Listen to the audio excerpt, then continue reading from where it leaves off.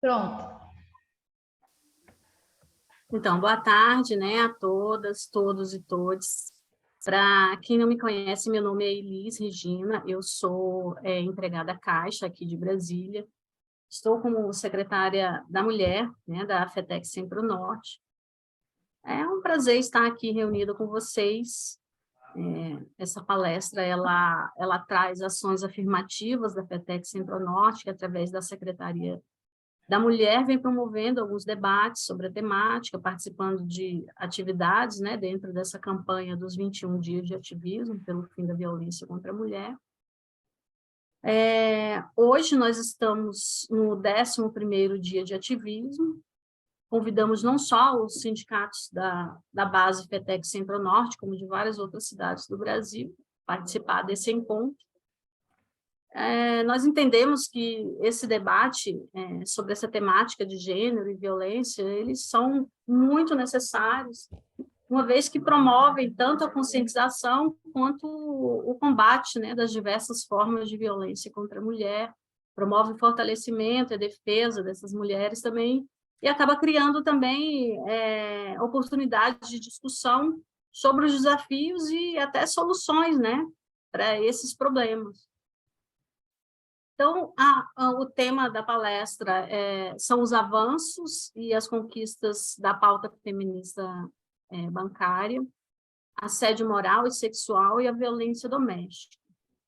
Eu queria aqui aproveitar para esclarecer que nas divulgações, né, da palestra, a gente saiu, né, como uma das palestrantes, a Nádia, o nome da Nádia de Souza, economista do DIEESE de Brasília, mas ela não vai poder participar porque, infelizmente, pegou Covid e não está em condições de fazer a apresentação. Então, quem vai fazer a apresentação no lugar dela será a Vivian Machado, economista e técnica do DIEESE da subseção da Contrato.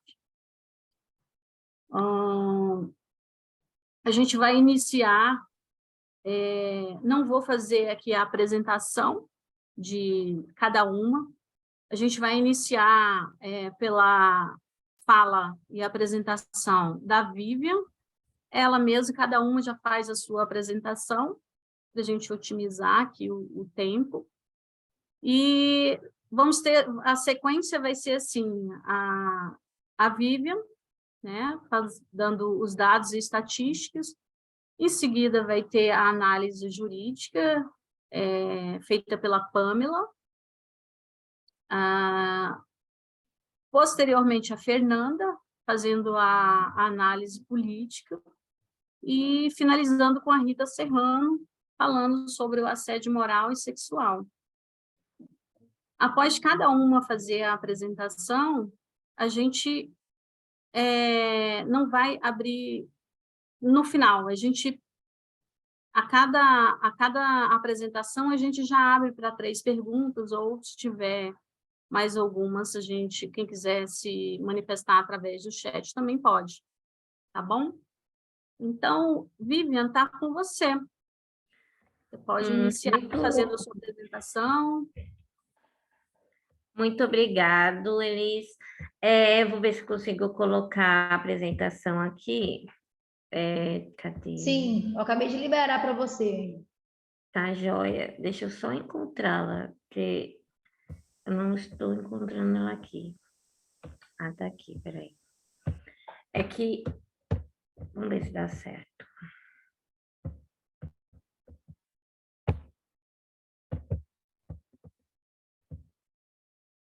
Vê se amplia para vocês. Ampliou? Sim. Ampliou? Ela não ampliou, ela está no formato... Está aberta, mas não está ampliada, né? Tá, então vou fechar e vou colocar no modo novo. apresentação agora. Deixa eu ver se agora vai, porque tá acontecendo isso com o Zoom já tem algum tempo. Agora foi, foi? Agora Se antes de eu entrar no Zoom, eu não consigo voltar na tela do Zoom. Então, eu tenho que abrir 2 vezes.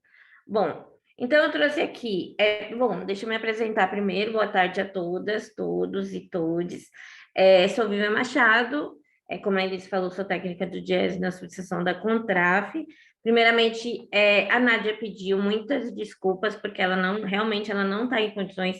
Até hoje de manhã ela tinha a esperança dela estar melhor, para poder participar do evento e ela mesma fazer a apresentação. Mas realmente ela não está boa. Ela não está se sentindo bem, a Covid derrubou ela, mas ela pediu mil desculpas, tá? Por essa ausência. E eu sou economista e sou mestre em economia política pela PUC São Paulo. Vamos lá, vamos passar aqui. Eu vim falar um pouco de dados sobre as mulheres na categoria bancária, um pouco sobre a violência de gênero e o assédio no trabalho, no caso, uma pesquisa que, na época, isso aqui é um resumo do que foi a apresentação que a gente fez na mesa de negociação com a FENABAN no dia da negociação sobre o tema, né? A apresentação era bem grande, mas devido ao tempo a gente teve que reduzi-la bastante. Bom, a categoria bancária, segundo a RAIS aí de 2019, a gente não tem a de 2020 porque ela veio com problemas, a gente conversou com os técnicos, mas eles não, até hoje, eles não divulgaram ainda a RAIS 2020 sem esse problema que a gente detectou, mas então a gente só pode usar de 2019. Então, pela RAIS 2019, tínhamos 454.664 bancários no país, sendo 49,1% mulheres na categoria bancária. Então, as mulheres são em torno de metade da categoria e sempre foram em torno de metade da categoria.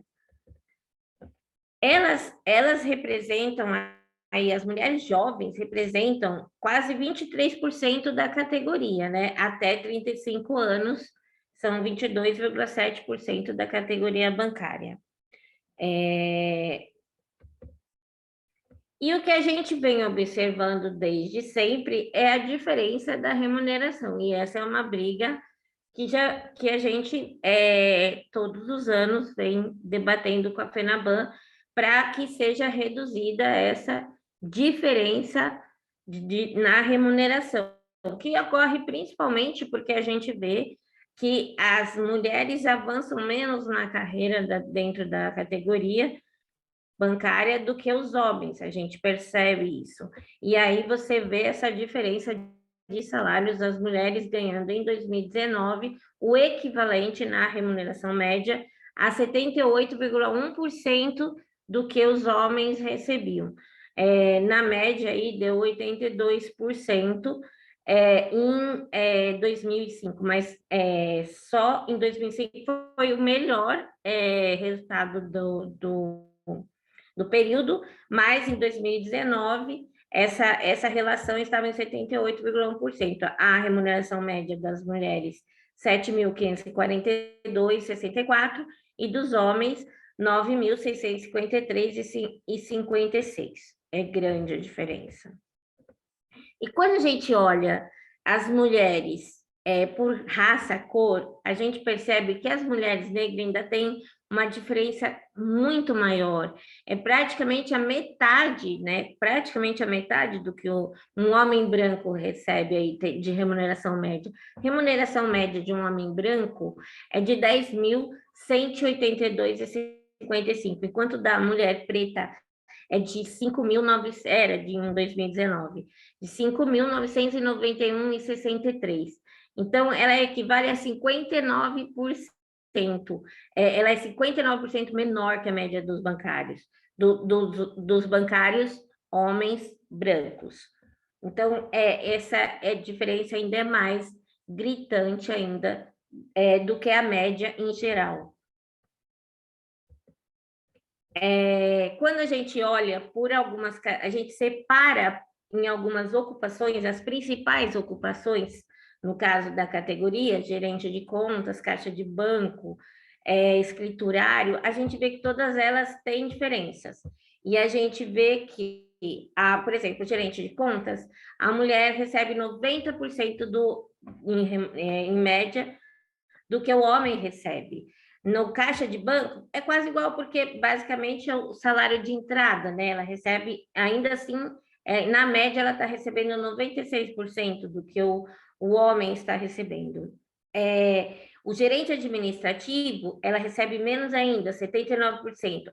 O único que a mulher supera o homem é no atendente de agência, que é um dos cargos com a menor remuneração, né? Nos demais, todos, ela recebe menos do que o homem na média.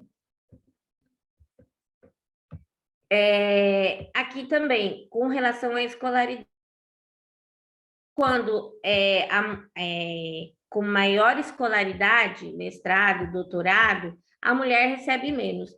E quanto maior o grau de escolaridade, menos ela recebe ainda em relação ao homem.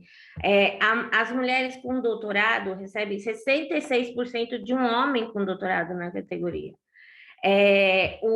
Com mestrado, a mulher recebe 72% de um homem com mestrado, na média. O superior completo, e elas são mais do que os homens, elas recebem 76%. Então, isso é realmente revoltante, essa diferença. Nos demais aqui, elas são com ensino médio completo, elas são bem menos, representam bem menos do que os homens, mas mesmo assim elas ainda recebem 88% do que um homem com essa escolaridade recebe na categoria. Aí, quando a gente olha para os 5 maiores bancos e observa o Conselho de Administração e a diretoria executiva, o que a gente percebe? Que no Santander, por exemplo, a participação de mulheres é de apenas 29,2%, nesses 2 órgãos que são os mais importantes. É para a gente ver como que é o avanço das mulheres na carreira nesses bancos. No caso do Itaú Unibanco, apenas 14,3% é a participação das mulheres. Tem 4 mulheres para 28 homens. No Santander, tem 14 mulheres para 48 homens. No Bradesco, 13,8%. Tem 4 mulheres também para 29 homens. A mesma coisa no Banco do Brasil. E na Caixa Econômica, tem 14 mulheres para 35 homens. São 40%. Aqui a melhor participação é na Caixa Econômica, no caso. Então, a gente vê que isso é um reflexo que perpetua, por exemplo, a questão do assédio moral, do assédio sexual, esse crescimento, essa evolução na carreira que se privilegia homens também faz com que se dê mais oportunidade, entre aspas, né, de acontecer o que a gente vai ver daqui para frente, que a gente vai falar mais para frente sobre a questão do assédio. Mas vamos falar um pouquinho sobre a questão da violência, né? O feminicídio em 2021, em 2021 ocorreram 1.319 feminicídios no país, houve um recuo aí de 2,4% no número de vítimas registradas em relação ao ano anterior, se bem que há uma subnotificação muitas vezes, né? Porque muitas vezes quem registra não registra aquela morte exatamente como um feminicídio, muitas vezes não registra com a definição, né, clara e correta como um feminicídio. No total, foram 32 vítimas de feminicídio a menos do que no ano anterior. Em 2021, em média, uma mulher foi vítima de feminicídio a cada 7 horas. E a taxa de mortalidade por feminicídio foi de 1,22 mortes a cada 100 mil mulheres, recuo de 3% em relação ao ano anterior, que a gente tem que lembrar que é isso.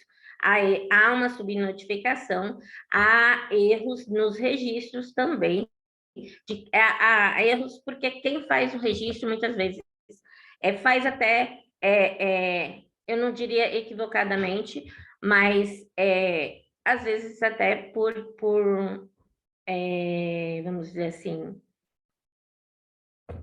porque quem faz o registro muitas vezes é homem mesmo, que vai lá e registra errado esse tipo de ocorrência. Violência sexual, estupro e estupro de vulnerável. No ano de 2021, foram registrados 56.098 boletins de ocorrência de estupro. Uma menina ou uma mulher foi vítima de estupro a cada 10 minutos, considerando apenas os casos que chegaram até as autoridades policiais, porque muitos casos não são denunciados, né? Entre 2019 e 2020, houve uma queda de 12,1% nos registros de estupro de mulheres no país, e entre 2020 e 2021 verificou-se um crescimento de 3,7% no número de casos. Considerando o início da pandemia de Covid, em março de 2020, e dados disponíveis até dezembro de 2021, ao menos 100.398 meninas e mulheres registraram casos de estupro e estupro de vulnerável em delegacias de polícia em todo o país. O MPT registra até junho de 2022 63% do total de denúncias de assédio sexual feitas em todo o ano passado. Então, isso aí o Procurador-Geral do Trabalho, ele acredita nessa reportagem, ele acreditava que essas denúncias de assédio, elas superariam o volume de 2021, porque até a metade do ano já tinha mais de 60% do que foi registrado. E aí, sobre o caso da Caixa, a Rita vai falar mais para frente. Assédio sexual no trabalho. Na época, exatamente na semana da mesa de negociação, nós identificamos essa pesquisa, Tink Evas, da LinkedIn. Ela tem um link aqui, depois eu passo a apresentação para vocês, que vocês podem acessar. Então, aqui tem um resuminho dela, tá? Foram 414 respostas em todo o Brasil. Essa pesquisa foi feita no início de 2020. Nessa pesquisa, observou-se que 47,12% das participantes afirmaram ter sido vítimas de assédio sexual em algum momento.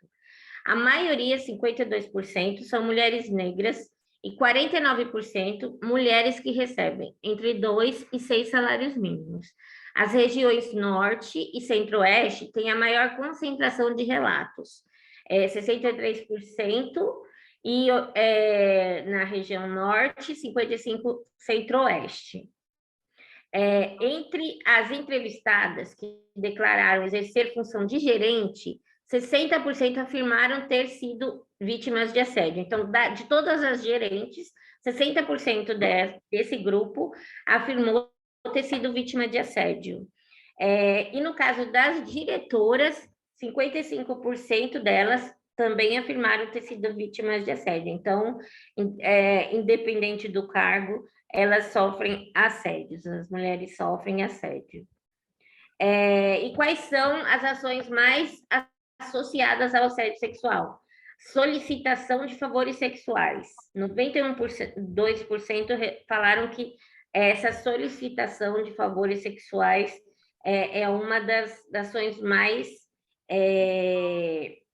ocorridas com elas, né? Que mais elas viveram. 91% delas, isso não é mais que 100%, gente, porque elas deram mais de uma resposta, né? Isso, elas viveram mais do que uma situação. O contato físico não solicitado, 91 delas citou esse contato físico não solicitado, e 60% o abuso sexual. 60% o abuso sexual. Como que elas reagiram ao assédio? Foi perguntado. 50% falaram que só 50% contaram para as pessoas próximas. 33%, isso é muito, muito sério, não fizeram nada. 15% pediram demissão, preferiram sair daquele ambiente, fugir dali. 14% outras situações, 8% recorreram a sistema de denúncias anônimos de empresa, muito baixo esse número. Isso demonstra que a maioria não confia nesses sistemas, né? 5% recorreram ao RH, 4% recorreram a grupos de apoio da empresa. Então, isso tudo relacionado à empresa, né? Então, é muito baixo esse percentual, e 3% recorreram a grupos de apoio fora da empresa. E os impactos na saúde que esses assédios provocaram? Para 35%, elas relataram que vivem em constante medo, com muita dificuldade de lidar com esse medo. 32% desânimo e cansaço. 30% diminuição da autoconfiança. Acaba que a mulher fica insegura com ela mesma. Como se é aquela coisa, como se ela fosse culpada por aquilo que ela está sofrendo. Ela é a vítima, mas ela acaba se sentindo, de certa forma, como se fosse culpada daquilo. 28% com sintomas de ansiedade ou depressão. 23% afastamento de colegas do trabalho, elas se afastaram dos colegas do trabalho, ou elas se afastaram e sentiram que houve esse afastamento também. E houve também a diminuição da autoestima para 22% delas. Então, é isso, elas são a vítima e acaba que elas, de certa forma, elas se sentem um pouco que culpadas pela situação, angustiada com tudo aquilo e com medo, e acabam até, muitas vezes, saindo do emprego, acabam entrando num ciclo de doenças psicológicas que afetam muito mais ainda a vida delas. As maiores barreiras para a denúncia, o que estava impedindo elas de denunciar? 78% acreditam que é a impunidade, que elas acreditavam que nada ia acontecer com a pessoa. Isso é muito sério. 78% acreditava que nada fosse acontecer com a pessoa que estava fazendo aquilo com elas. 64% descaso. As pessoas diminuem o que aconteceu. Ela vai contar para alguém o que aconteceu e as pessoas diminuem. Não é bem assim. Você deve ter entendido errado, né? Aquela coisa assim que as pessoas que comentam. 64% pelo medo de ser exposta por conta disso. 60% descrença. As pessoas dificilmente acreditam no que aconteceu, que é a mesma coisa isso, do descaso, né? Das pessoas diminuírem. 60% medo de ser demitida. 41% colocariam a culpa em mim. Então, elas acreditam que elas seriam acusadas, de certa forma, de serem culpadas pelo que aconteceu. A vítima virando a culpada do caso. 27% por falta de certeza se foi um assédio ou não. Então, é isso que fica na cabeça da pessoa. Será que eu fui culpada? Mais uma vez. E 16% o sentimento de que a culpa foi minha. Eu mereci, eu pedi, tá vendo? Muitas delas sentem isso. Então, isso são barreiras para as denúncias, mas principalmente o que mais chama atenção, a maioria acredita que não vai acontecer nada com o assediador, que não vão fazer nada, que as pessoas vão diminuir o fato, o caso, o que aconteceu. E agora falando um pouco, bem resumidamente, da luta da categoria bancária, porque é uma história longa, né? E eu tenho pouco tempo. Os bancários iniciaram o debate sobre a OIT, a Convenção 111 da OIT em 92. Em 97, houve a realização do primeiro encontro de mulheres bancárias e a criação da SEGROS, do grupo da SEGROS. O tema da igualdade de oportunidades foi incorporado à pauta de negociação sob o lema Nunca Desista, em 1998, porém a FENABAN se recusava a reconhecer a existência de discriminação nos bancos. E como a gente vê, existe até hoje, né? Em 2001, houve a conquista da mesa temática de igualdade de oportunidades, que ela é permanente, e a realização da pesquisa do rosto dos bancários sobre o trabalho e o perfil dos trabalhadores do sistema financeiro.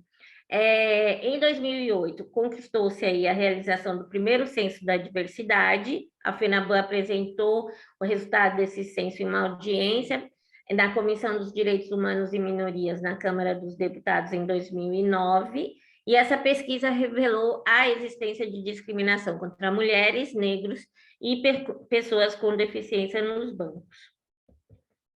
Os bancários conquistaram, na campanha nacional, a licença maternidade de 180 dias e isonomia no tratamento para casais homoafetivos em 2009. Em 2011, houve a realização do primeiro Fórum pela Visibilidade Negra no Sistema Financeiro, a realização e divulgação dos resultados do segundo Censo da Diversidade em 2014. Em 2020, conquistou-se a inclusão das cláusulas de prevenção à violência contra a mulher, que incluiu a criação de um canal de denúncia nas instituições financeiras, e o lançamento da cartilha Basta, Não Irão Nos Calar, agora em 2021. Neste meio tempo, teve o terceiro censo da diversidade, porém a FENABAN não se empenhou a contento, e o terceiro censo, na verdade, deve ser cobrado aí, que eles refaçam, porque ele não foi feito com o mesmo critério dos anteriores, então não teve como ser considerado um censo ou ser comparado aos demais, então precisa ser refeito. Então, por isso ele nem está aqui.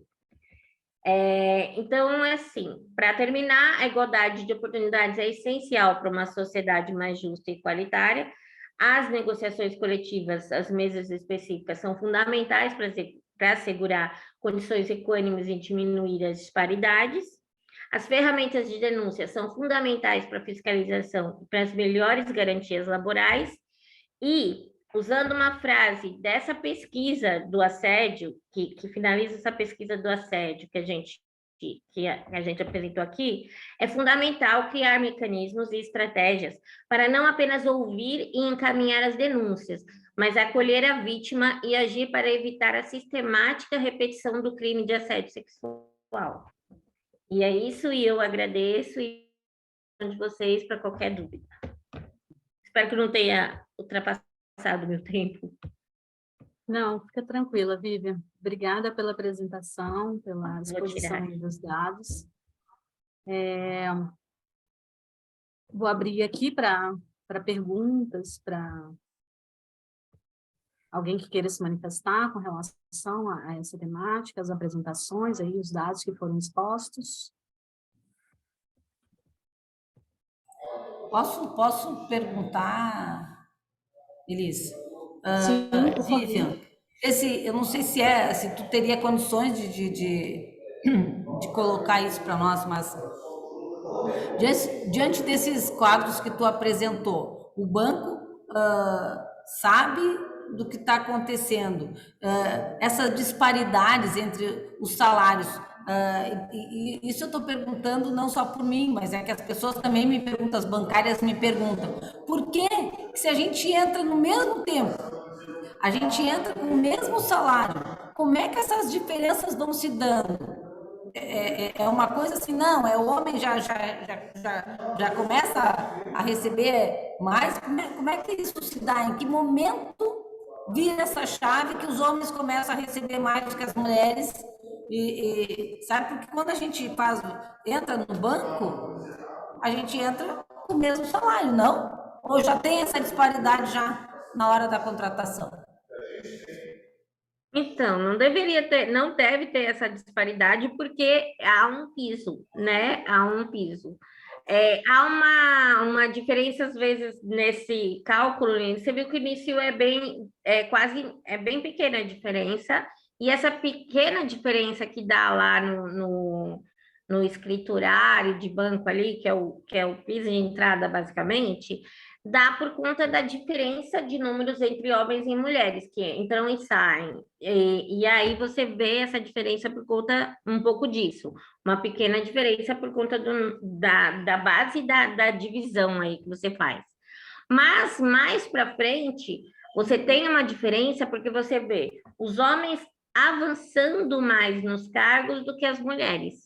Os homens vão, se você pegar nos censos que a gente tem, em termos de promoções, quantas promoções eles caminharam, quantas as mulheres caminharam, entendeu? Eles avançam mais, tanto é que a gente vê quem chega lá em cima são muito mais os homens do que as mulheres, né?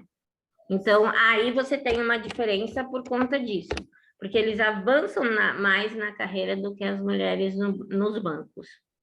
Não, mas se tu avança, aí eu sou. Mas porque você tem, no mesmo cargo, você tem diferenças, você vê diferenças. E aí, é isso, você não consegue detectar isso, mas tá lá embutido em alguma, sei lá, algum prêmio, alguma coisa que eles estão embutindo para a pessoa, mas a gente não consegue detectar isso na raiz. Onde é que está isso? Como que eles conseguem fazer essa diferença, entendeu? Só se a gente tivesse como acessar um por um, uma folha de pagamento por folha de pagamento. Aí a gente veria onde é que estão dando para uma pessoa, que eles não estão dando para um bancário, que eles não estão dando para uma bancária. Para te ver a sutileza que eles utilizam, né? E que a gente passa desapercebido, a gente não vai.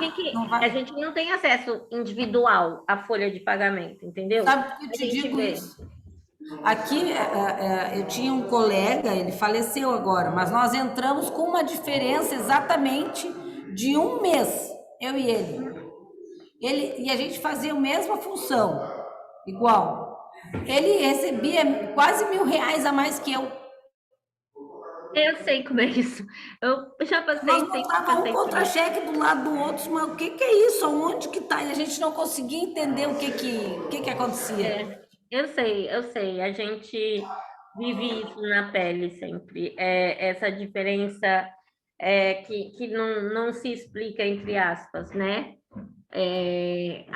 O preferido de alguém mais acima dele. Porque é isso que... Só isso que pode explicar o cara tá ganhando mais, né? Uma predileção aí. O que ele fez? O que ele faz de diferente? A gente não sabe explicar, né? Só sabe observar. Verdade. Tá certo, obrigada. Nada. Elis, eu acho que a Fernanda e a Rita querem contribuir nesse ponto. Por favor. Por favor, pode começar, Fernanda. Não, vi que a Rita também levantou a mão, mas eu ia falar que tem uma questão que impacta muito, que primeiro é a progressão dentro da carreira. Então você, dentro de um mesmo cargo, você vai progredindo dentro daquele cargo, então isso vai dar uma diferença salarial, além do tempo de permanência da pessoa no cargo, né? Então, se você mantém um homem mais tempo ali, aí pensando principalmente nos bancos privados, né? No banco público tem um pouco menos, tem os descomissionamentos e tudo mais, mas o tempo da pessoa de permanência, ela vai também passando a ganhar mais, porque daí você tem as questões de promoção interna ali, de mérito, de antiguidade. Estou falando do Banco do Brasil, mas os bancos têm cada um da sua forma. E principalmente essa progressão dentro da carreira, além do que a Vivian colocou aí das premiações, dessas premiações individuais e da pessoa no cargo. Então, você vai acabar no cargo, mas acho que o principal aí é a gente observar que quanto mais alto o cargo da pessoa, maior é essa disparidade entre homens e mulheres. E em oposição, que você tenha mulheres com uma escolaridade maior que os homens, e aí ganhando menos, com menos oportunidade de ascensão, e ainda quando ascendem, tendo essa diferença salarial para exercer a mesma função. Mas a Rita deve complementar. Não, pessoal, boa tarde. Primeira coisa. Então, eu ia dizer o seguinte, justamente destacar o que a Fernanda falou, acho que nós estamos pegando aí no bloco dos bancos, né? Mas há distinções, porque, por exemplo, na Caixa, a carreira é única, não tem nenhuma promoção separada, ou a mais ou a menos, não tem nas funções. Então, primeiro, na média, o salário das mulheres é inferior porque você tem menos mulheres em cargos de gerência, em cargos de mais poder, né? Então, obviamente, na média, o salário vai ser sempre menor, porque as mulheres, embora quase metade da categoria, ocupam menos cargos. E segundo, com relação às funções, talvez, falando dessa questão de banco público, é o fato de que as mulheres se aposentam antes e os homens ficam mais tempo. Então, aí tem, sim, a carreira vertical, eles progridem, que é diferente, eu acho, dos bancos privados, que tem, alguns, inclusive, não têm uma carreira tão consolidada, tão regrada. Então, há diferenças, mas eu acho que a questão principal aqui é o fato de que, como as mulheres ocupam menos cargos de chefia, elas, obviamente, na média, ganham bem menos, tá certo? Acho que esse é a questão principal. Obrigada, Rita. Obrigada, Fernanda. Gente, os bancos, cada um tem as suas particularidades, né, com relação a essa diferença aí, mas o fato é que a diferença salarial entre gêneros, ela permanece em um patamar bem elevado, né? E a gente precisa sempre estar observando essas questões aí, trabalhando nas mesas de negociação mesmo, para a gente ir no dia a dia também, para a gente ir diminuindo essa diferença tão grande, né, no salário. Deixa eu ver aqui, no chat não tem nenhum questionamento. Rita continua com a mão elevada, você quer falar mais alguma coisa, Rita, ou não?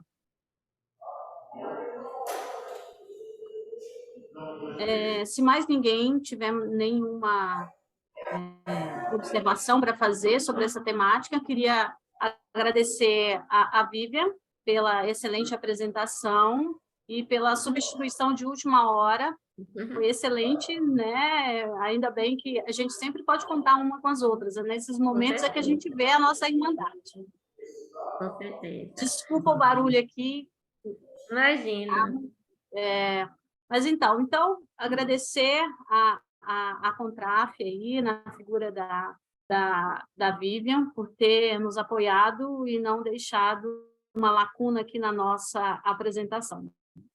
Obrigada. Eu que agradeço. Só um comentário pequeno, porque que a mulher com doutorado, com mestrado, ela está bem inferior ao homem com mestrado e doutorado justamente por isso. Eles estão avançando na carreira e ela está estacionada, ela está lá embaixo ainda.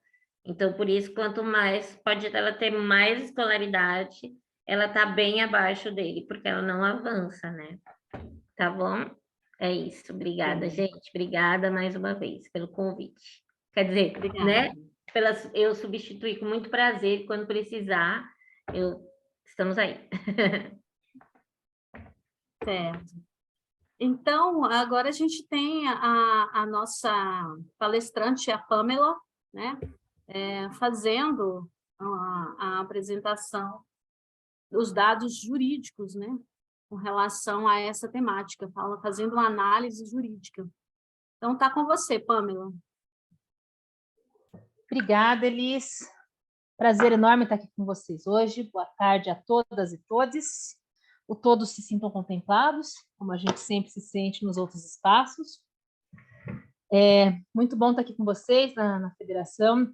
Acho que é minha segunda visita aqui, infelizmente virtual, né, todo esse período da pandemia, mas é sempre bom encontrá-las para que a gente possa conversar um pouquinho sobre esse tema. Bom, eu sou advogada.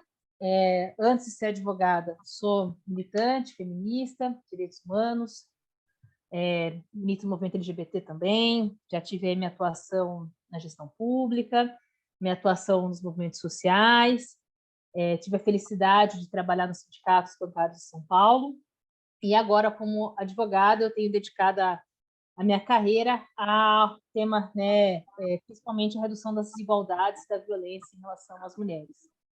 Tenho pós-graduação em Direito das Mulheres e Direito de Família e Sucessões, e eu coordeno o projeto Basta no Não Escalar do Sindicato dos Bancários de São Paulo, e assessora aqui, com muito prazer, a companheira Fernanda, nessa jornada aqui na Secretaria de Mulheres, também, né, no projeto que leva o mesmo nome, mas que atua nessa lógica de a gente criar canais de atendimento às mulheres em situação de violência doméstica, que não é o tema que eu vou tratar hoje. Né? Vou fazer um breve comentário sobre isso, mas não é o tema que eu vim conversar com vocês. Deixa eu controlar aqui o meu tempo. Vou fazer uma fala um pouco mais lida, memória das melhores, tá? Desculpas, vocês sabem que quem me conhece não é muito meu perfil, mas eu queria começar um pouco dialogando a fala da Vivian, né? Acho que quando a Vivian traz esse conjunto de desigualdades que a gente vê, e olha que ela pegou um recortezinho, né? Pegou lá assim, carreira dentro dos bancos, pegou uma pesquisa que fala de assédio sexual, que é uma pesquisa muito completa, mas não é da categoria bancária, porque é dificílimo ter dados sobre isso. Vivian, me corrija se eu estiver errada, né? Não ter dado é um dado, né? É um dado que o problema não está sendo visto, ou alguém não está querendo ver. É verdade. Não é? Então, é difícil, né? Você tem ali as desigualdades salariais, né? As falas da Fernanda, da Vivian, da Rita aqui completando um pouco sobre esse cenário, porque essa desigualdade, e tem um elemento que eu acho que tem muito a ver com o ponto que eu queria começar a conversar com vocês, né? A gente vive numa sociedade que se estrutura e estrutura as relações com base nas desigualdades. Não é isso? Naturalmente, a gente tem na nossa cabeça que as mulheres vão ganhar menos que os homens, mesmo que executem os mesmos trabalhos nas mesmas condições técnicas. Não tem a ver com a capacidade dela, mas é algo tão perverso incutido na gente ao longo do tempo, como, por exemplo, a responsabilização pela renda da família. Né? A gente acha que o homem é o responsável pela renda da família. Não é assim que as pessoas são educadas na trajetória da nossa vida? Só que a gente vai ver que 67% dos lares brasileiros são chefiados por mulheres. Né? Isso, os dados mais recentes. Que o dinheiro da mulher ao longo da história, quando a gente tem essa divisão do trabalho, ele vai sendo utilizado como uma renda auxiliar para a manutenção do lar. Só que, na prática, é o primeiro dinheiro que se consome na manutenção da casa. Só vocês olharem as suas contas. O dinheiro que você recebe paga o quê primeiro?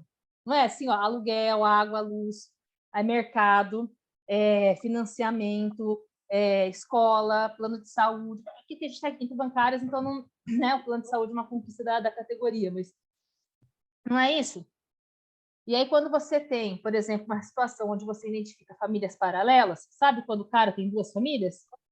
O dinheiro dele não estava sendo usado para manter uma família, estava usando com outras coisas. Né? Divórcios, o que a gente localiza de dinheiro do cara que, em vez de contribuir com a manutenção da família, estava guardando, inclusive ocultando da mulher, é algo super comum no nosso dia a dia.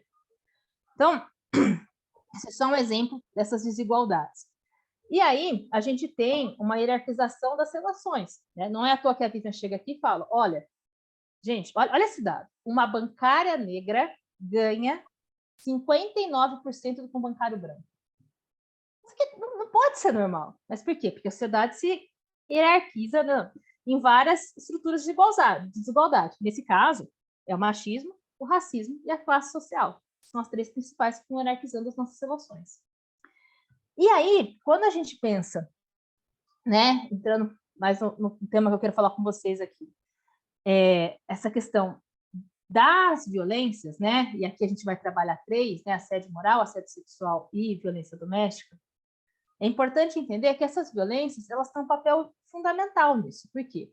Elas são instrumentos para manter essas desigualdades.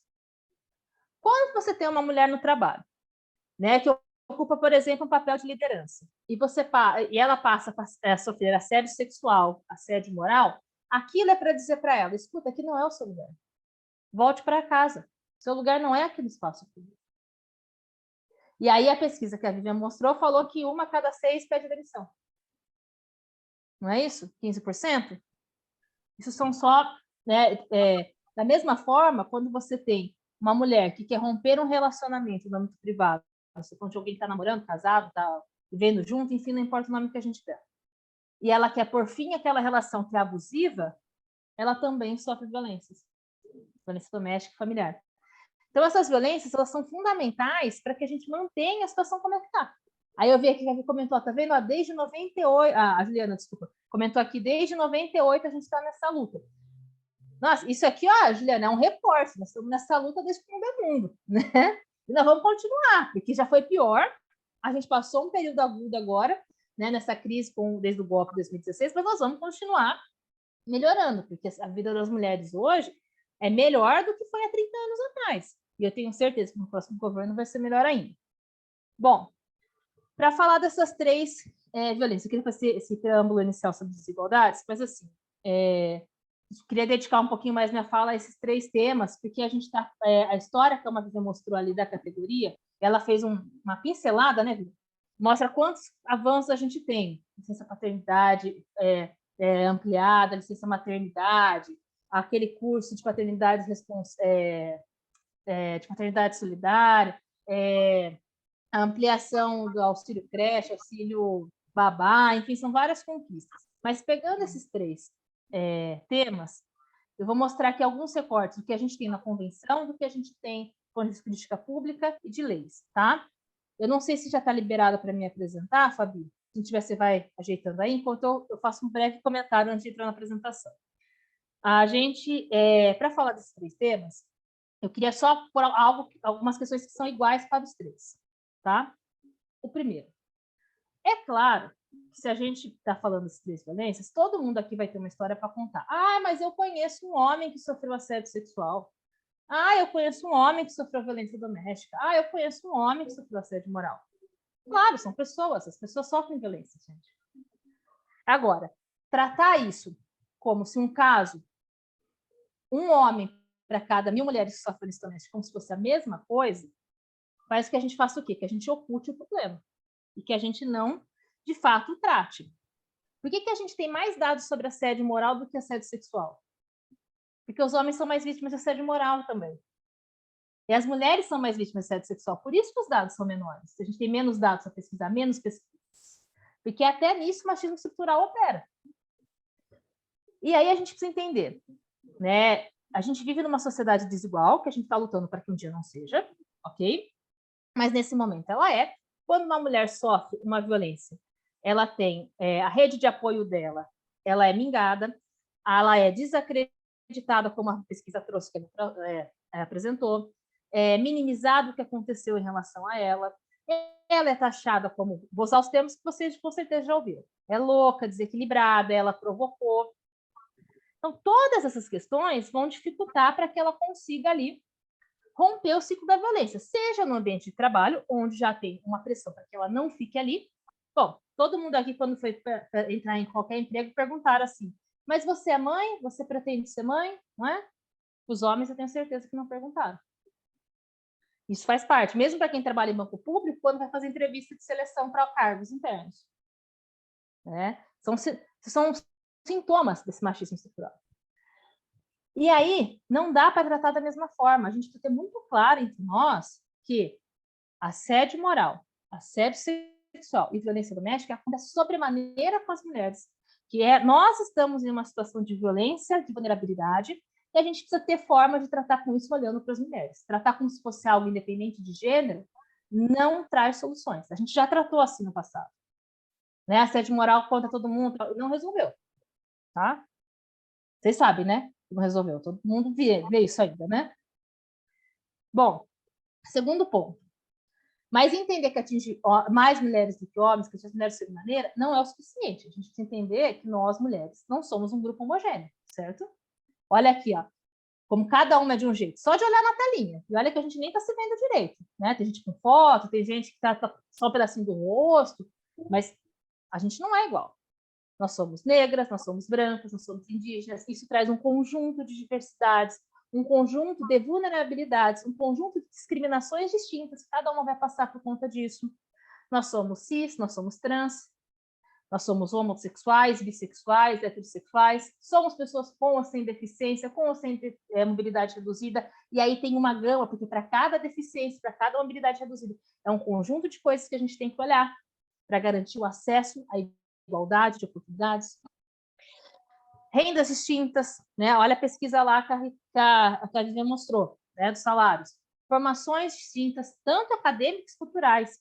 E mesmo duas mulheres que têm o mesmo tom de pele, que nasceram na mesma região do país, que têm a mesma formação acadêmica, a mesma profissão, a mesma renda, falem os mesmos idiomas, elas não têm vidas iguais.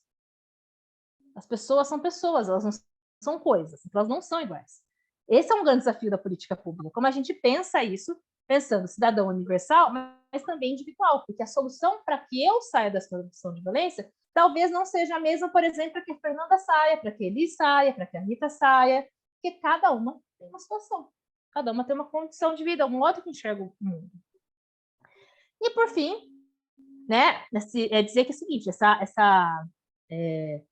coisas que se assemelham às 3 violências, é que a solução não é simples, ela passa por uma mudança cultural, a gente precisa entender que é uma responsabilidade coletiva, a gente precisa de leis eficientes, a gente precisa de políticas públicas que funcionem e que garantam o acesso dessas mulheres à igualdade e à oportunidades.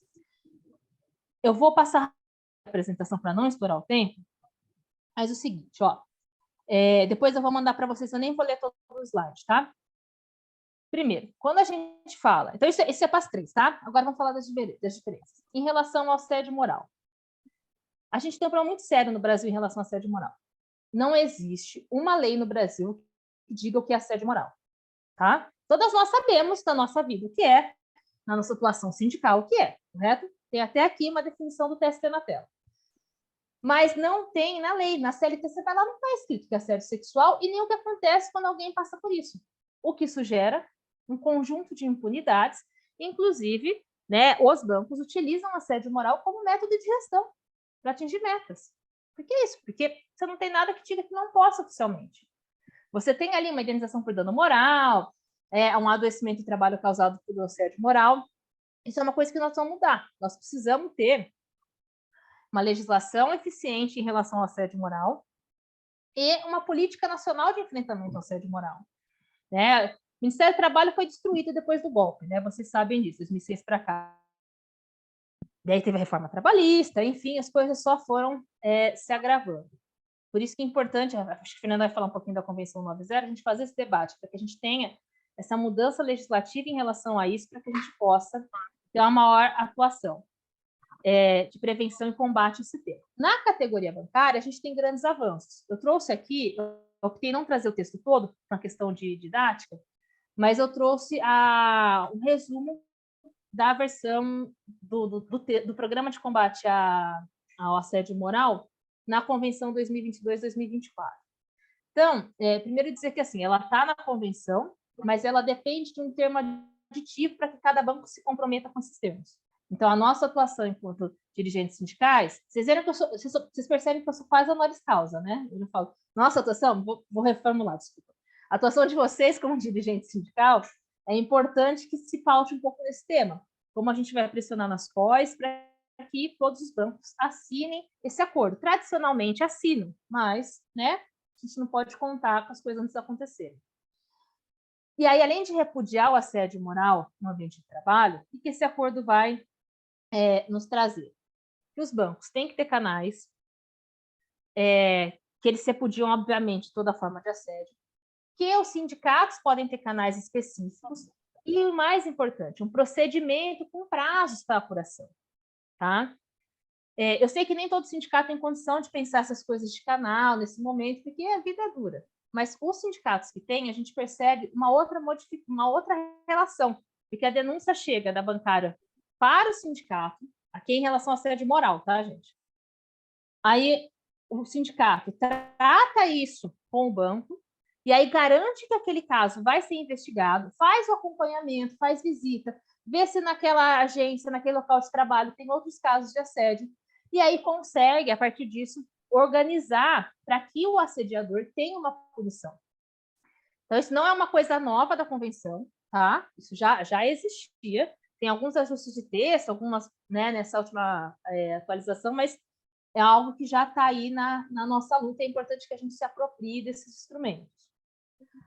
O assédio sexual, a gente tem uma lei, um artigo no Código Penal que diz o que é, tá? Artigo 216-A. E a gente tem um conceito mais moderno do Tribunal Superior do Trabalho. Por que eu trouxe os dois? Porque o Código Penal diz que é necessário ter uma relação hierárquica quando isso acontece assédio sexual. Perceba, olha que absurdo que é essa lei. Ela não vai dizer assim, você assediar sexualmente é errado, você pedir, querer trocar favores sexuais em relação à promoção é errado. Você tocar alguém sem o consentimento no local de trabalho é errado. Ela vai dizer, se você é chefe, você não pode fazer. Percebe que é uma inversão de valores? Não é o corpo da mulher que está sendo protegido. Tanto é isso que a punição por assédio sexual, gente, não é 3 anos de prisão. Não sei se vocês sabem, mas nada que é menor que 6 anos de prisão no Brasil efetivamente dá punição na forma de prisão. No TST, então, a Justiça do Trabalho, ela tem uma visão mais moderna em relação a isso, sem essa necessidade hierárquica. Mas isso aqui já nos coloca um outro desafio também, é preciso rever essa legislação. De novo, na Convenção 90 da OIT tem esse tema, né, para que a gente tenha uma versão mais atualizada em relação a isso e mais condizente com o que é a prática. Porque se a lei funcionasse, não acontecia o que a Vivian mostrou agora. 33% não faz nada, uma cada 6 pede demissão, 8% denuncia no trabalho, então assim, porque não está precisando melhorar, né? A gente precisa de leis eficazes. E então a gente tem essa legislação desatualizada. Novamente, a gente não tem uma política nacional de enfrentamento ao assédio sexual. O Ministério da Mulher não existe mais, vai voltar a existir a partir de 2 de janeiro, estamos aí, mas é preciso que esse tema, que ele está tanto no trabalho como no tema das mulheres, que ele tem essa atuação de ambos os ministérios. Você tem uma atuação ou outra de um tribunal isolado, sabe? O Tribunal Regional do Trabalho de São Paulo faz uma campanha.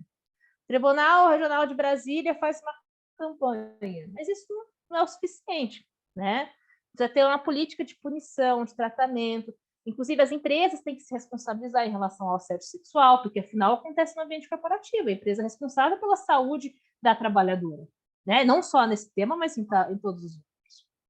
Na categoria, a gente tem aqui, eu acho que é o grande ganho, né, da convenção desse ano, que é um programa em relação ao repúdio ao assédio sexual, tá? Começa ali na cláusula 80, então é um capítulo da convenção que vai tratar desse tema. De novo, eu fiz uma versão resumida para facilitar. Mas o que ele vai colocar? E aqui eu coloquei as cláusulas, porque como é nova, achei que seria interessante, tá? Para depois vocês localizarem na convenção. No artigo 80, na cláusula 81, perdão, vai ter lá a comunicação interna, os bancos têm que fazer campanhas internas, comunicados internos, inclusive, né, porque a gente tem que desnaturalizar as práticas, né? Você não pode chegar na sua colega de trabalho e dando beijinho no rosto, comentando a roupa dela, passando a mão no braço, no ombro, tocando ela sem consentimento. Então, a gente precisa desnaturalizar essas relações, por isso a comunicação é importante. Os bancos precisam ter um canal para isso, né? E aí pode ser tanto um canal que já exista, como um canal específico para receber essas denúncias. Isso está na convenção, não depende de termo aditivo, como eu comentei no caso da assédio moral. O assédio sexual já está valendo, então os bancos vão ter que regularizar essa situação aqui nos próximos meses. A denunciante, a mulher em situação de violência, situação de assédio, pode pedir a transferência diária. Claro que isso depende do aceite do banco, mas é um outro momento aqui importante da atuação sindical, né, de você receber do sindicato receber essa denúncia, que a trabalhadora consiga chegar ao sindicato, para que o sindicato consiga acompanhar essa transferência, fazer essa mobilização sindical para isso, pressionar o banco mesmo. Os sindicatos também podem criar canais para receber essas denúncias, né? E aí tem sindicato discutindo de pôr isso dentro do BASTA, de violência doméstica, tem sindicato discutindo fazer separado, tem sindicato discutindo de fazer junto com o assédio moral.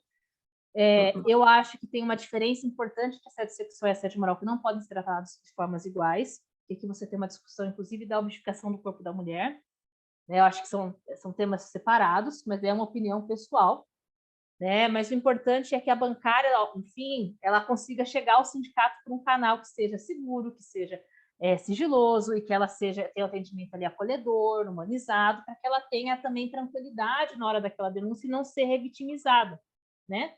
A gente viu que várias não denunciam por conta disso, estava na pesquisa que a Vivian mostrou. E aí a cláusula 85 vai falar que essa implementação é acompanhada pela Comissão Bipartite da Diversidade, né, que é a mesma lá de igualdade e oportunidades. Mais 2 minutinhos, tá, Elisa? Eu sei que eu estourei, mas já estou acabando. Desculpa. Na convenção também tem um outro ganho, que é essa cláusula 86, que ela vai falar da forma geral de violência. Então, assim, as mulheres sofrem violência, isso é um dado, ok? Nós precisamos tratar isso em várias frentes. Nós temos aqui assédio moral, assédio sexual e violência doméstica caminhando, mas a gente precisa ter entender que essas coisas de alguma forma se conectam, que elas estão baseadas, inclusive, nas questões das desigualdades que eu comentei há pouco. Então, também tem aí uma consultoria que é estabelecida na convenção para poder fazer essa formação e subsidiar, né, a construção de políticas para isso. Por fim, essa é uma conquista da convenção passada, 2020, né? Na verdade, ela entra com um aditivo em março de 2020, depois vai para a convenção 2024 e agora continua nessa convenção, que é o Programa de Prevenção à Violência Doméstica e Familiar, tá? Então, a mulher que está em situação de violência doméstica e familiar, ela tem, do ponto de vista legal, várias leis que a protegem, mas a gente sabe que ainda é insuficiente, que falta política pública, por isso que os dados são tão altos como a Fia mostrou. Mas tem a Lei Maria da Penha, que eu citei só 3, tá? A Lei Maria da Penha, que organiza essa política pública e cria as medidas protetivas. A Lei do Feminicídio, que amplia a pena para quando a morte é baseada na violência de gênero. E a Lei do Minuto Seguinte, que é no caso de quando a mulher sofre uma violência sexual, um estupro, que ela tem direito a tomar a medicação para não contrair doenças sexualmente transmissíveis e na gravidez desejada vítima de uma violência, né? E aí a gente tem o desmonte de políticas públicas que aconteceram com o governo Temer e Bolsonaro, mas que nos estados, nos municípios, de alguma forma a gente ainda tem algumas estruturas. Só que se a gente tem as leis e tem uma política pública precária, que isso vai mudar na próxima, a partir de janeiro, né? Ainda assim, faltam coisas para que a gente consiga a maior acesso a essas mulheres, a essas proteções, para que elas possam romper o ciclo da violência. É por isso que a Contraf, como nacional, trouxe esse tema para a convenção, e aqui eu sintetizei 7, 8 cláusulas, tá? Basicamente tem o que na convenção coletiva? Formação e campanha. Os bancos têm canais de apoio, pelo menos os 5 grandes bancos já têm um canal, dentro de programa que já tinha, um canal específico que acolhe essas mulheres e dá orientação. A Contraf, né, Fernanda, tem trabalhado com uma meta de 100% dos sindicatos implantarem o projeto Basta no escalar. Para quê? Que é o item 3 aqui. Para que todos os sindicatos tenham um mecanismo próprio para que as bancárias procurem quando estão em situação de violência e recebam instrumentos que elas não vão receber nos bancos, como, por exemplo, acesso a medidas protetivas, atendimento jurídico, auxílio para poder fazer as ações judiciais de divórcio, de guarda, pensão, que são super importantes para que ela rompa esse ciclo da violência. Além disso, na convenção ainda a gente tem uma linha de crédito e financiamento para bancária em situação de violência, a realocação para outra dependência com sigilo das informações, porque muitas vezes o agressor é um companheiro bancário, marido, e né, ele não pode ter acesso às informações dela. Além disso, também é salutar que os colegas de trabalho não tenham, porque é uma questão privada dela, a gente não pode expor a vítima. A alternância de horários. Se ela estiver em teletrabalho, isso aqui é novo, tá? Da convenção, tá lá na cláusula 76, é o item 7 aqui do slide. Ela pode pedir a solicitação de mudança de regime, sair do teletrabalho para o presencial, se ela tiver situação de violência doméstica, e também é acompanhado pela comissão bipartite. Bastante coisa, né? Eu fiz aqui um breve recorte de algumas das coisas que a gente tem em relação a isso. E para encerrar, só queria dizer o seguinte: eu acho que a gente passou por um período muito ruim no Brasil, do golpe para cá, é inegável, mas a nossa atuação sindical ela foi fundamental para que a gente conseguisse várias coisas, várias conquistas nesse período. Olha quantas eu listei aqui, né? Olhando para a convenção, como, né, o movimento sindical bancário conseguiu se reinventar neste momento. Então, eu acho que, assim, claro, a gente tem uma longa jornada, né, um longo caminho para que nós possamos dizer, enfim, somos todas livres, né, não vivemos mais sobre violência. Mas eu acho que a gente está no meio do caminho também. Acho que não é uma terra arrasada. E acho que esse novo governo, essa nova perspectiva, inclusive que fortalece o movimento social, que escuta os movimentos sindicais, vão trazer ainda mais oportunidades para que a gente possa superar aí essas situações de violência e desigualdade. Elis, mil desculpas, estourei. Não, tudo bem, importantíssimo todas as informações que você expôs e dados, e a gente sabe que realmente esses últimos 4 anos foram evoluindo muito mais, né, o descaso com relação às políticas públicas voltadas para combate à violência contra a mulher, e a gente precisa resgatar tudo isso, mas mesmo tendo esse saldo aí bem negativo, né, com relação a esse governo, a gente pôde avançar nas nossas CCTs, né, e incluir aí cláusulas importantíssimas para cobrar também dos bancos que façam efetivamente o combate a qualquer tipo de violência, seja moral, seja sexual, e também criar mecanismos que possam acolher mulheres que estejam em situação de vulnerabilidade com violência doméstica. Muito importante tudo isso, gente. A todo momento a gente segue aí vendo situações, né, de meninas e mulheres sofrendo violência. Só aproveitar aqui e dar um informe. A Rita, ela se ausentou um pouco porque está tendo uma tempestade lá, uma chuva muito forte e toda hora está caindo, então ela resolveu esperar um pouquinho para ver a chuva amenizar lá e ela entrar novamente, tá bom? Vou passar aqui a fala para a Fernanda, para ela fazer a exposição aí dela com relação à análise política, né? Dar um retorno para a gente aí do projeto Basta e nos manter aqui informados de quais os sindicatos já estão fazendo, né, esse trabalho tão importante, né, para todas, não só as categoria bancária, mas como abrange também toda a população, pedir para que ela possa fazer a sua apresentação e iniciar aí. Eu só não tenho apresentação, tá, gente? As meninas, você vê, né, são as assessoras, são técnicas, eu não tenho apresentação.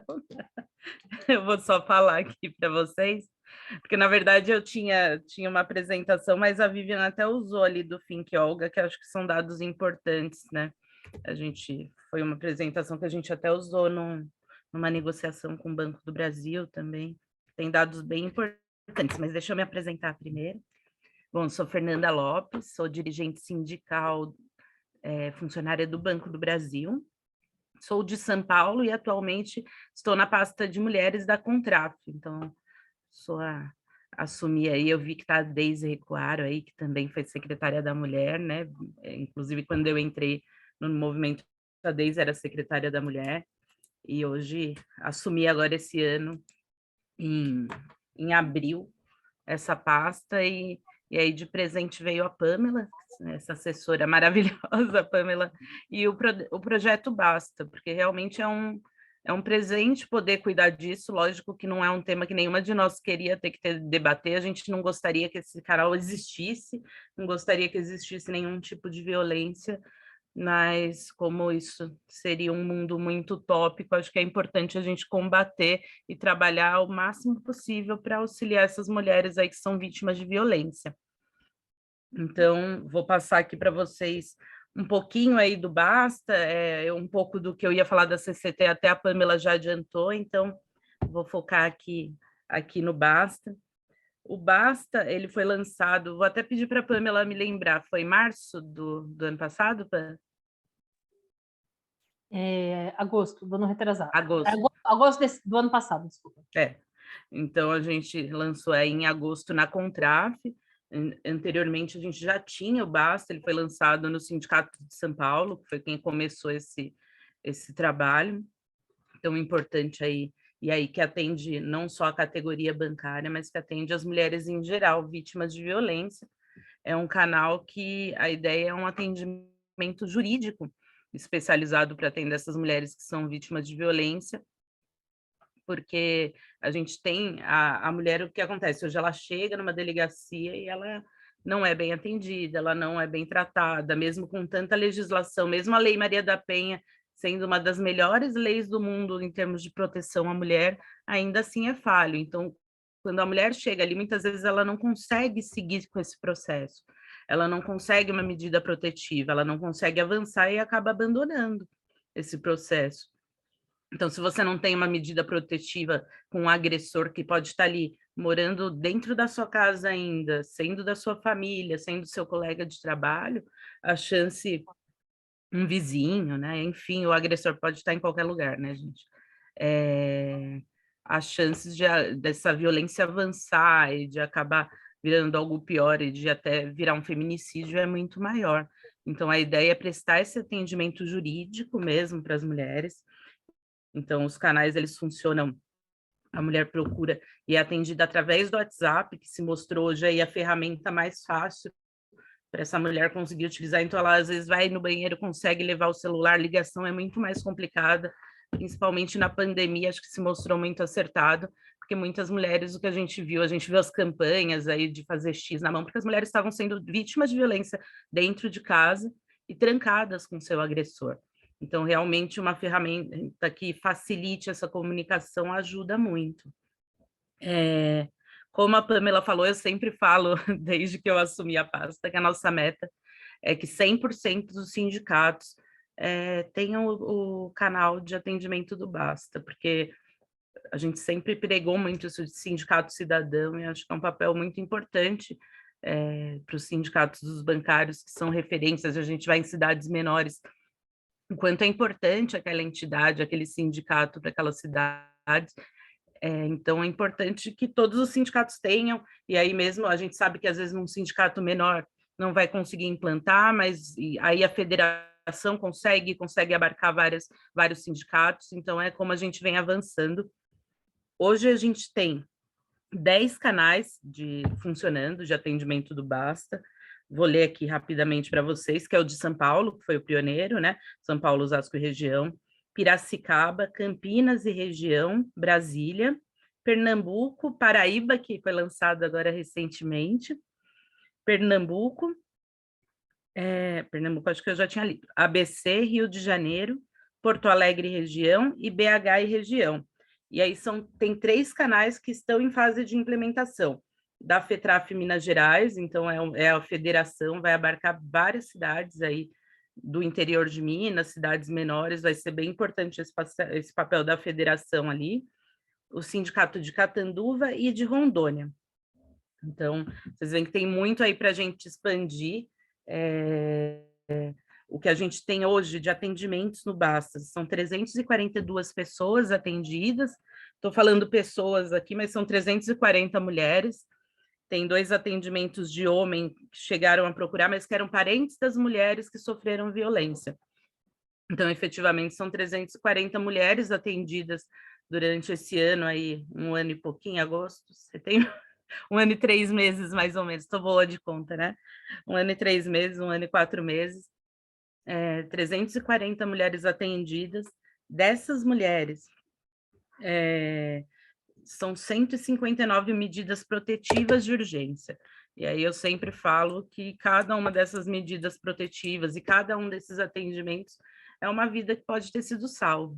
A gente sabe que realmente a violência doméstica é isso, ela começa com uma ofensa, ela começa com uma brincadeirinha de dar um tapinha ali sem graça, começa com a mulher sendo silenciada e ela vai avançando e muitas vezes chega realmente numa morte.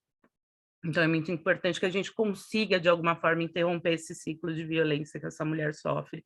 E é por isso que a gente fala que o Basta é algo tão importante e que é um presente trabalhar com isso, enquanto a gente não chega no nosso objetivo, que é nunca mais ter nenhum feminicídio, nunca mais ter nenhuma agressão contra as mulheres.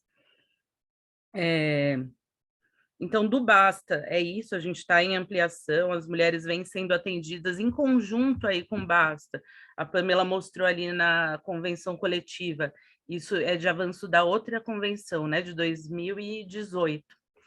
Então, a gente teve o avanço ali na 2020, né, Pamela? Eu falei errado. 2020, a gente conseguiu avançar em relação à violência doméstica também nos bancos. Então, os bancos implementaram os canais de atendimento à violência doméstica, às vítimas de violência doméstica, e os últimos dados que a gente tem dos bancos giravam em torno de 250 atendimentos. Então, a gente pega o Basta, que a gente tem hoje 10 canais funcionando, a gente tem 340 atendimentos. Os bancos que são nacionais, aí todo nacional o atendimento, todos os bancos, a gente tem 240. Então, certamente, é um impacto de denúncias que não chegam. A Vivian mostrou ali no começo, eu tinha, inclusive, anotado alguns dados aqui, porque a gente entende que isso não chega para os bancos, né? Essas denúncias, as mulheres elas têm muito medo de ser julgadas ali no ambiente de trabalho, de serem demitidas, como já foi falado, impunidade, descaso. Então, essa mulher ela tem medo ainda mais de denunciar dentro da empresa, porque ela pode ser apontada pelos colegas de trabalho.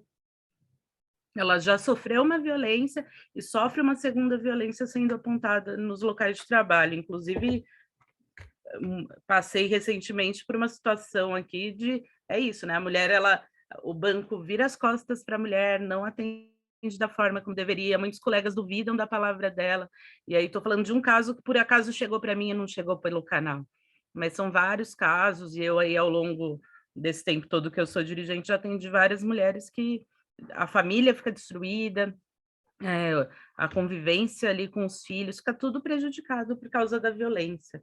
Então, essa é a importância da gente conseguir efetivamente esse atendimento. A gente vem cobrando os bancos que esses canais sejam mais divulgados, que as mulheres saibam os números de atendimento desses canais internos, porque não adianta nada a gente ter um canal e ele efetivamente não está sendo usado. A gente vê a questão do empréstimo, por exemplo, que é uma cláusula na nossa convenção coletiva, e ninguém até hoje solicitou. E é óbvio que uma mulher que sofre uma violência, que tem que se mudar, que tem que mudar de vida, ela vai precisar também de um empréstimo, de algum meio de sair disso. Então, realmente, falta divulgação interna dos bancos, e é um trabalho que a gente vai fazer junto às comissões de empresas de cada banco, para que realmente esses canais sejam mais efetivos e as denúncias cheguem cada vez mais. Nessa última convenção coletiva, aí a Rita certamente vai falar mais um pouquinho sobre isso, mas no meio ali já da nossa campanha nacional, fomos impactadas todas aí com esses casos de denúncia da Caixa Econômica Federal. E aí, por ser o presidente, pela escala que tomou ali do número de denúncias, foi algo que realmente chama muito mais atenção do que esses casos que a gente já tinha, mas era um em cada lugar centralizado.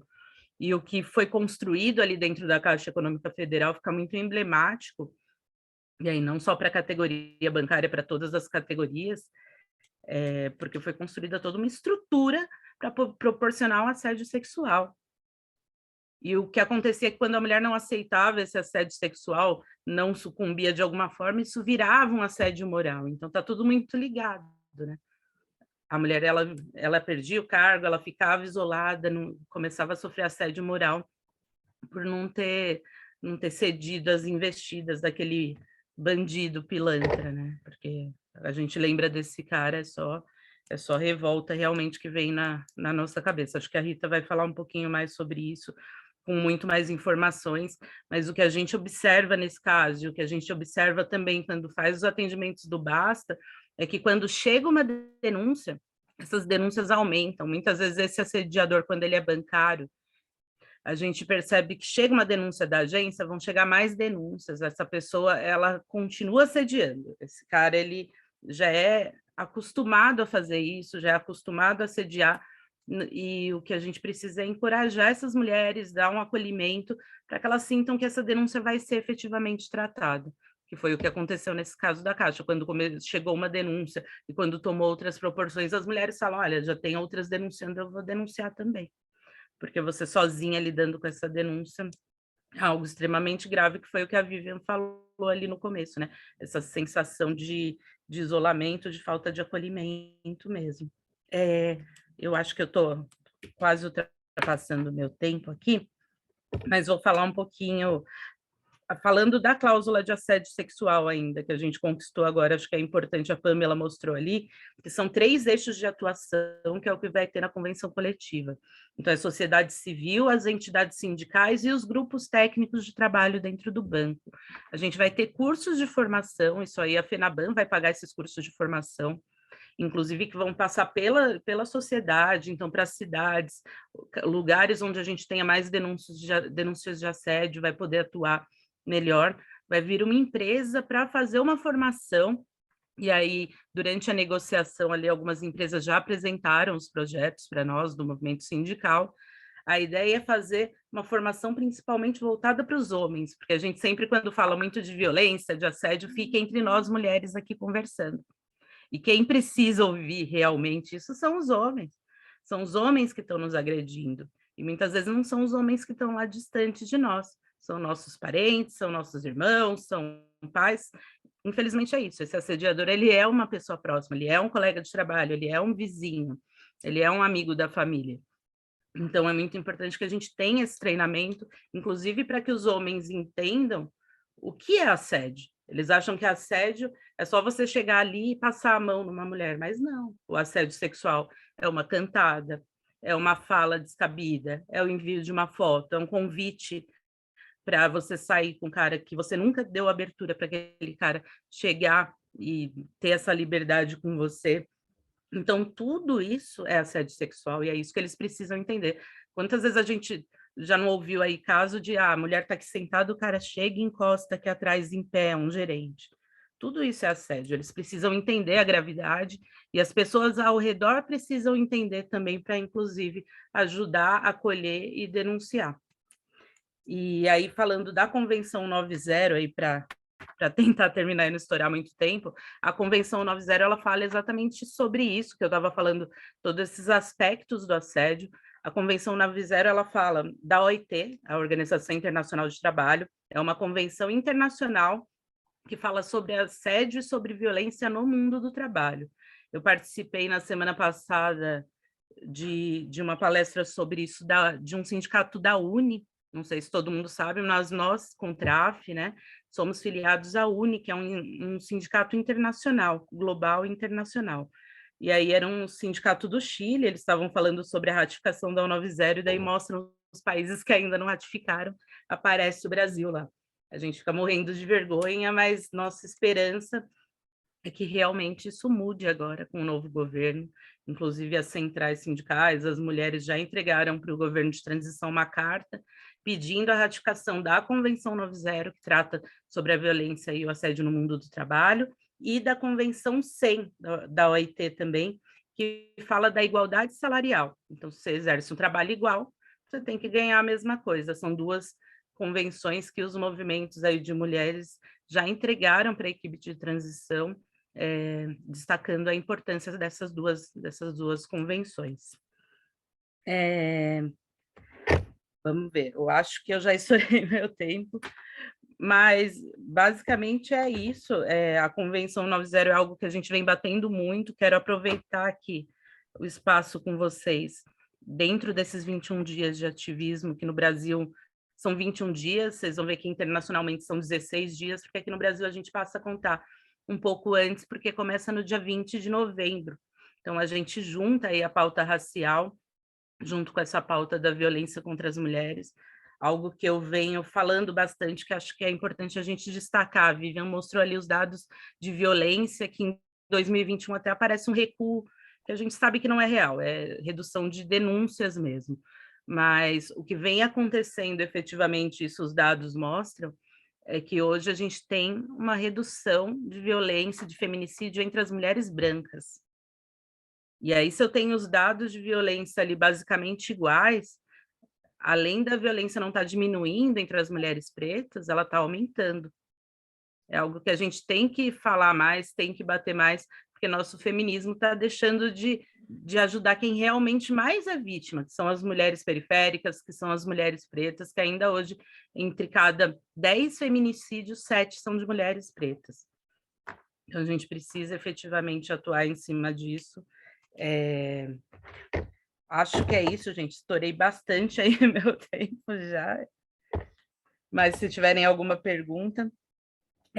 o que eu ia falar antes de terminar, Elis, que eu fui falar das mulheres pretas e da importância, a gente vai fazer dentro desses 21 dias de ativismo na semana que vem, dia 7 de dezembro, não vai ser no último dia, porque a gente não conseguiu agenda, um seminário. Então, vem uma pessoa da OIT falar e uma pessoa que também está envolvida no governo de transição.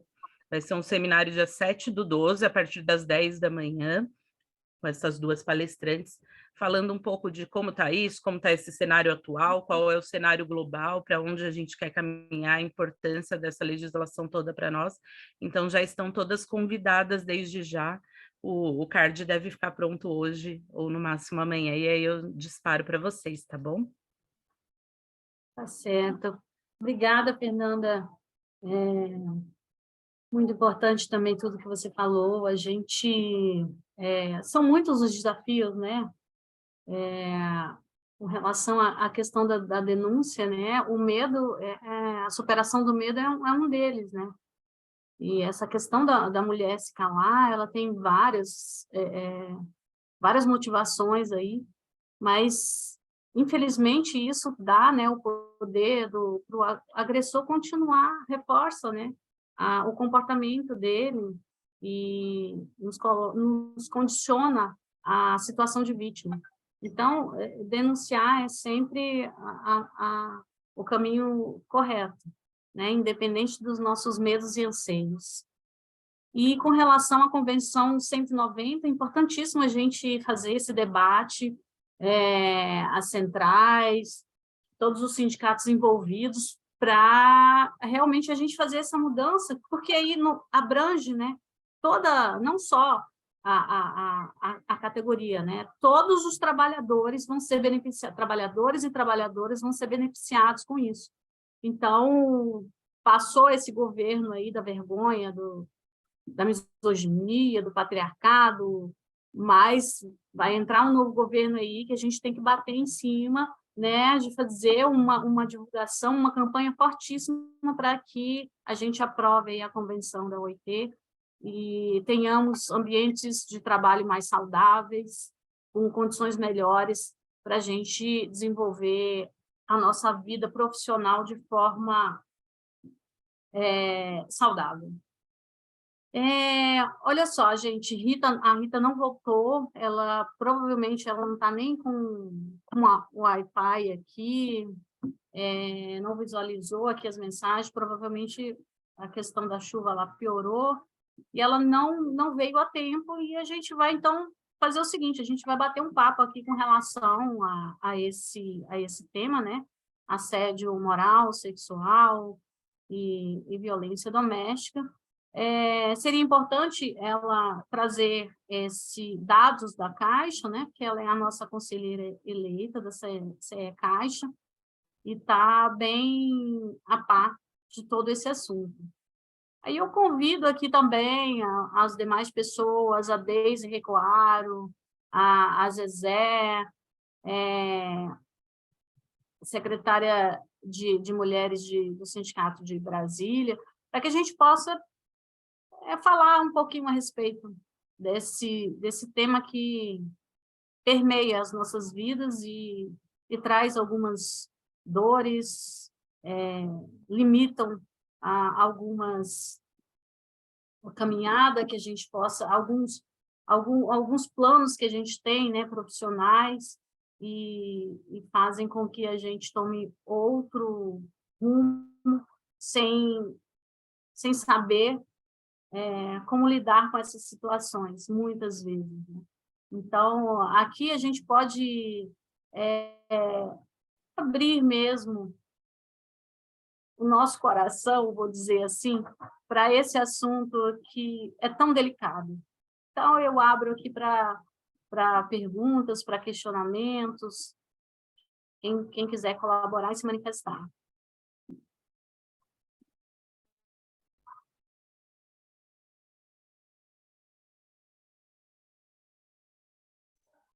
Eu vou fazer um comentário aqui, aproveitando, só para, enquanto o pessoal vai se organizando aí. Quando a gente, né, fala desse caso da Caixa, Eu não consigo esquecer que aconteceram 2 casos juntos de grande impacto. Então, assim, juntos, tiveram autônomo ao mesmo tempo, né? E do juiz, deixa eu pegar aqui o nome dele, Marcos Scalêncio, aqui em São Paulo, que inclusive é um juiz do trabalho, né? Eu estou até recorrendo aqui a um artigo que eu escrevi recentemente, vai sair no material do Sindicato de São Paulo, né, que uma das coisas que me chamam a atenção é que nos 2 casos você tem denúncias do Pedro Guimarães em 2019, é o primeiro, do Marcos de 2016. E elas vêm, e as pessoas, em algum momento, elas passaram por isso, se conheceram como vítimas, procuraram denunciar, denúncia realizada, feita, né? E a impunidade colocada nos 2 casos, a não apuração séria, a não afastamento do agressor. O que aconteceu com os 2 casos? A gente passou a ter assediadores em séries. Né? A falta do tratamento adequado que as empresas deveriam ter dado, que a própria justiça devia ter dado aos casos, fizeram que os 2 casos juntos somam mais de 150 mulheres assediadas por 2 pessoas. Eu acho que isso nos coloca, eles um pouco assim, o desafio, né, de como é importante a gente se apropriar desse debate da CCT que a gente colocou aqui, da Convenção 90, né, a Fernanda trouxe, você trouxe, porque para ratificar, ela precisa muito mais de uma campanha, a gente precisa de voto no Congresso, gente. É isso, é a prova que nem PEC. Não sei se vocês sabem, sabe? Emenda da Constituição, é mesmo fórum. Então, assim, já tem articulação política, precisa ir atrás dos nossos deputados, deputadas, senadores, se puder conseguir essa ratificação. Mas, além disso, se você não tem um conjunto de políticas públicas, um debate que ultrapasse essas fronteiras, a gente tem, na verdade, uma letra morta, né? Algo que não vai gerar efeitos. Por isso que é importante a gente estar sempre nos atualizando aí no tema. Obrigada, Pamela. A Deise levantou a mão. Pode falar, Deise. Deise Recuado. Opa, boa tarde a todas e todos e todos que estão aqui. Parabenizar Elis, Fernanda, enfim, Pamela, pela exposição e Vivian, né, que teve que sair. É muito importante esse balanço, né? Eu fiquei muito interessada assim que Elis divulgou, porque a gente gosta de ver, né, o resultado, a coisa realmente chegando na base, né? A gente que pensa políticas, né, para as mulheres e atua nessa área, ou no movimento feminista, né? O mais importante de tudo é que realmente que a gente consiga dar vazão, né? Que ela consiga chegar onde realmente deve chegar. E aí, eu escutando Fernanda e Pamela agora também, né? Eu acho assim, a conversa já conversou também, eu conversei um pouquinho com ele sobre isso, mas por onde eu passo, né, e até na CUT com Junéia, eu acho o seguinte, né, eu sinto falta, efetivamente, de uma campanha e de uma divulgação maior sobre o que é a Convenção 90. Assim, tudo bem, né? Nós temos perspectiva de que esse governo assine, mas independente disso, né? E como Pamela falou, é uma batalha, não deixa de ser uma batalha, é uma campanha, mas acho que a gente tinha que popularizar mesmo, sabe? Acho que fica aqui uma dica, sei lá, uma sugestão, assim, acho que a categoria bancária tem total condições de ser ponta de lança nisso, né? E fazer uma campanha mesmo de massificação do conteúdo dessa convenção. Porque vocês viram, né, para quem ainda não sabe, essa convenção demorou, se eu não me engano, me corrijam se eu estiver errada, mas entre 9 ou 11 anos, desde que iniciaram os debates, né, sobre isso. Então, nunca encontrava acordo para chegar numa proposta de redação para essa convenção. Era assim, claro, e porque tem resistência. E agora, eu quando tive acesso e fiz uma leitura dessa convenção já um tempinho atrás, então talvez... Mas o que me chama muita atenção é que, por exemplo, a convenção responsabiliza as empresas pelo que acontece dentro da casa da mulher. Eu achei isso maravilhoso. Assim, claro, a gente precisa... E aí eu precisava entender melhor. Mas como é que vai encontrar resistência dos bancos e vai encontrar resistência do empresariado todo?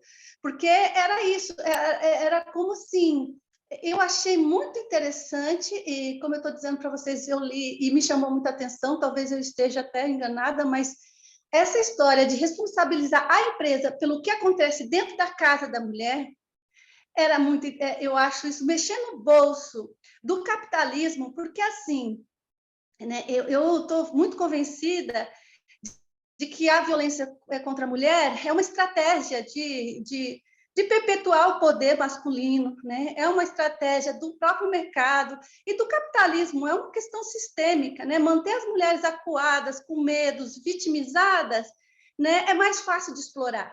Né? Vamos ser assim. Então, eu acho o seguinte, só para concluir aqui, eu fico assim, eu fico aqui ansiosa e até como bancária que sou ainda, né? Não estou mais atuando diretamente na categoria, mas eu adoraria ver uma campanha massiva, de massa mesmo, que a gente pudesse ir visitar as agências com material e para massificar o que tem dentro dessa convenção, o que ela significa, né? Para a gente, eu acho que isso vai politizar e educar, né? Assim, mais do que uma canetada na assinatura dessa convenção, eu acho que o mais importante disso é ela ganhar corações e mentes, né? É as pessoas ter acesso a essa informação. Era isso que eu queria dizer. Obrigada, gente. Obrigada, Deise. Obrigada aí pela sua fala, sua colaboração. Gente, eu gostaria de saber se tem mais manifestações, se alguém quer falar mais alguma coisa sobre esse tema, porque a gente está aqui avançando, no avançado da hora, né? E fico aqui, deixo a palavra para que vocês possam fazer as suas manifestações finais aí, e a gente finalize, então, essa palestra.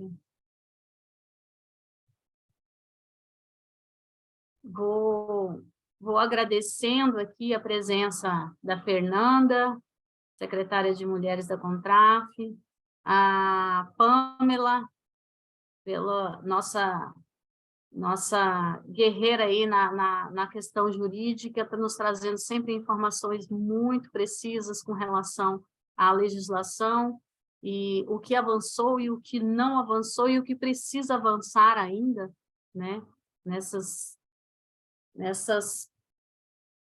proibições da violência contra a mulher. Agradecer a presença de todos aqui, a FETEC Centro-Norte, aqui representado pelo Coelho, nosso jornalista, Fabi, que proporcionou, né, o acontecimento desse encontro aqui, dessa palestra. Muito bom a temática, a gente precisa se reunir mais vezes, precisa discutir mais vezes, os sindicatos precisam se envolver mais nessa pauta. Nós precisamos avançar muito, gente, muito, porque ainda é muito pouco o que a gente tem obtido de avanço, e os índices, né, de violência, de feminicídio só estão aumentando, então a gente precisa realmente atuar. Quando eu digo urgência, é justamente por isso. A gente está vendo as coisas acontecendo aí, a gente precisa pressionar os órgãos públicos envolvidos diretamente, e, mais uma vez, esse governo, a gente sabe que ele realmente vai dar prioridade à pauta feminista, mas a gente, cada um, tem que fazer a sua luta diária para que as coisas mudem. Zezé levantou a mão, vou passar aqui para ela. Por favor, Zezé. Boa noite, quer dizer, boa tarde. Eu gostaria de parabenizar aí a Elis pela iniciativa e agradecer e parabenizar também as palestrantes, as pessoas que vieram contribuir para que a gente possa se esclarecer cada vez mais acerca do assunto da violência praticada contra as mulheres.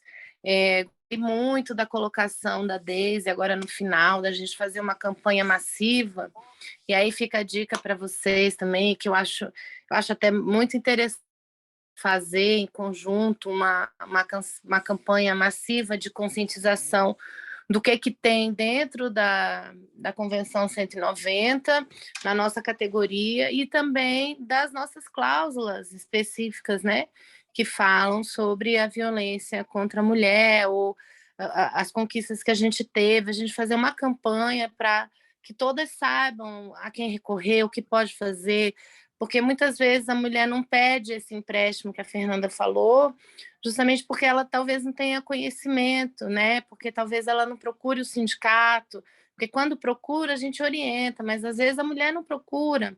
Então a gente fazer uma campanha massiva de informação para que as bancárias e os bancários saibam o que define assédio. A gente aqui também em Brasília tem uma cartilha que fala sobre assédio moral e sexual.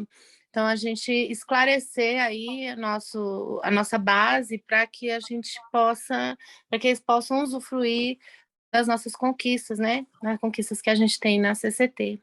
E, mais uma vez, parabenizar e agradecer a Elisa aí pela iniciativa, pelo excelente debate promovido para nós. Obrigada, Zezé. Então, gente, vamos finalizando aqui, né? Fernanda levantou a mão? Eu só levantei a mão, Elis, para te parabenizar aí pela organização. Acho que isso que a Deise colocou é importantíssimo e é algo que a gente vai fazer esse primeiro seminário aí que eu comentei com vocês sobre a Convenção 90, realmente focada nisso, porque nosso entendimento é que, como a Pamela falou, independente de mudança de governo, não vai ser fácil, né? Porque a gente precisa dos parlamentares e não temos para a ratificação disso, então precisa realmente de um trabalho forte nosso nisso, explicando para as pessoas o que é o 90, porque ela realmente é muito completa. Ela pega todos esses aspectos aí, por isso que é inclusive mundo do trabalho, né? Ela pega todos os aspectos da vida, e não só das mulheres, das pessoas mesmo, né? Porque trata de assédio e de violência para todas as pessoas. Então, a gente deve, sim, começar a focar mais nisso, inclusive a CUT também está bem focada em começar a falar, debater mais essa pauta, mas queria mesmo parabenizar você, Elisa, aí, pela organização, tá bom? Obrigada, Fernanda. Aproveitando aqui, eu gostaria até de falar um pouco só com relação à convenção.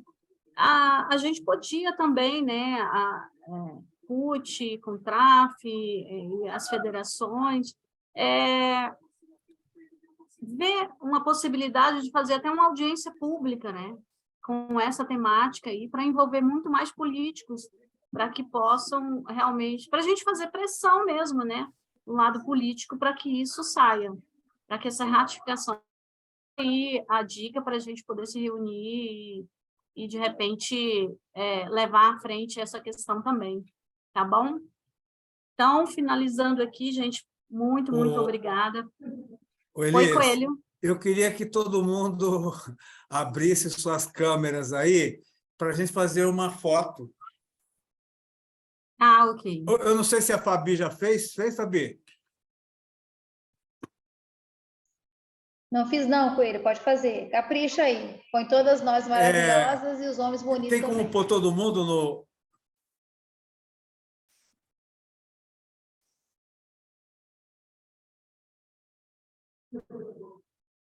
Não, eu que estou... Só um segundinho. Eu tenho que pôr na galeria aqui. Tá legal.